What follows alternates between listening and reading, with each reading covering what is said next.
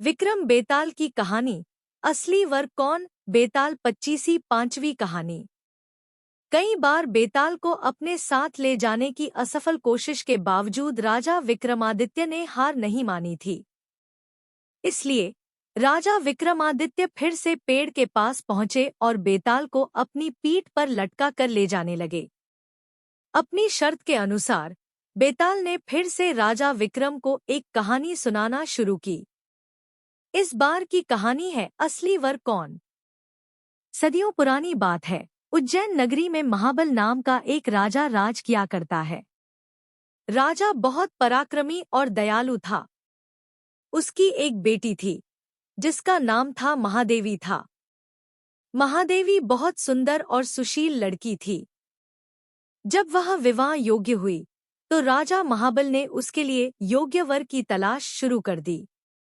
एक एक करके कई राजकुमार राजकुमारी से विवाह करने की इच्छा लिए राजा के पास आए, लेकिन राजा को कोई पसंद नहीं आया।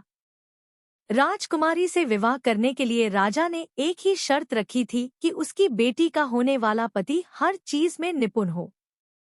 इस तरह कई दिन बीत गए, लेकिन राजा को कोई अपनी बेटी के लिए योग्य वर नहीं मिला। एक दिन की बात है, जब राजा अपने दरबार में बैठे थे कि तभी वहां एक राजकुमार आया और उसने कहा, मैं राजकुमारी महादेवी से विवाह करना चाहता हूँ। यह सुनकर राजा ने कहा, हे राजकुमार, मैं अपनी बेटी का विवाह उस व्यक्ति से करूँगा जिसमें सभी गुण हो। इस पर राजकुमार ने जवाब दिया, मेरे पास ऐसा रथ है जिसमें बैठकर क्षण भर में कहीं भी पहुँच सकते हैं। यह सुनकर राजा ने कहा, ठीक है, तुम कुछ दिन रुको, मैं राजकुमारी से पूछकर तुम्हें जवाब दूंगा। कुछ दिनों बाद एक और राजकुमार वहां पहुंचा। उसने राजा ने कहा, मैं त्रिकालदर्शी हूँ और भूत, वर्तमान व भविष्य तीनों देख सकता हूँ। मैं चाहता हूँ कि राजकुमारी का विवाह मुझसे हो। राजा ने उसे भी इंतजार करने को कहा। कुछ दिनों के बाद राजा महाबल के पास एक और राजकुमार उनकी बेटी का हाथ मांगने आया। राजा ने उससे पूछा कि तुम में ऐसा क्या गुण है जो मैं अपनी पुत्री का विवाह तुम्हारे साथ करूं? राजकुमार ने कहा, राजन, मैं धनुर्विद्या में निपुण हूँ। मेरे जैसा धनुर्धारी दूर दूर तक कोई नहीं है। राजा ने उससे कहा, बहुत खूब। राजकुमार, आप कुछ दिन प्रतीक्षा करें।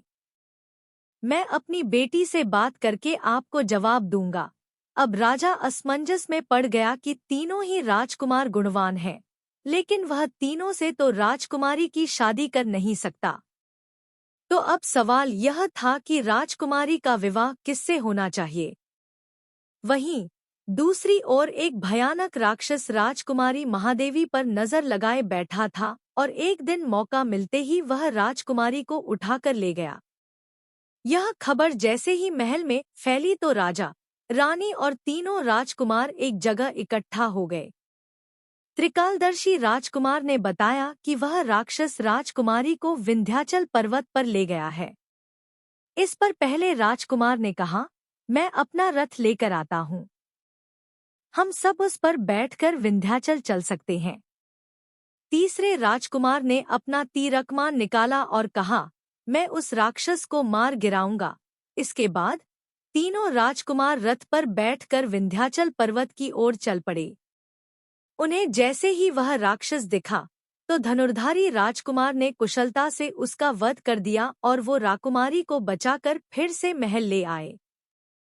इस कहानी को सुनाने के बाद बेताल ने राजा विक्रम से कहा, राजन, राजकुमारी को बचाने में तीनों राजकुमारों का योगदान था।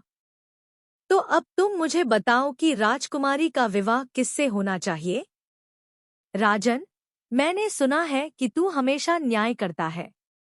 जल्दी उत्तर दे, वरना तेरे सिर के टुकड़े टुकड़े कर दूंगा। इस पर राजा विक्रमादित्य ने उत्तर दिया कि राजकुमारी का विवाह धनुर्धारी राजकुमार से होना चाहिए, क्योंकि उसने राक्षस से लड़ाई करके राजकुमारी को बचाया और बाकी दोनों राजकुमारों ने केवल उसकी मदद की। बस, फिर क्या था। जैसे ही राजा बोला, बेताल उसकी पीठ से उड़कर फिर से पेड़ पर जा लटका। कहानी से सीख। मुश्किल समय में साहस ही काम आता है, इसलिए मुसीबत को देखकर घबराएं नहीं, हमेशा साहस दिखाएं।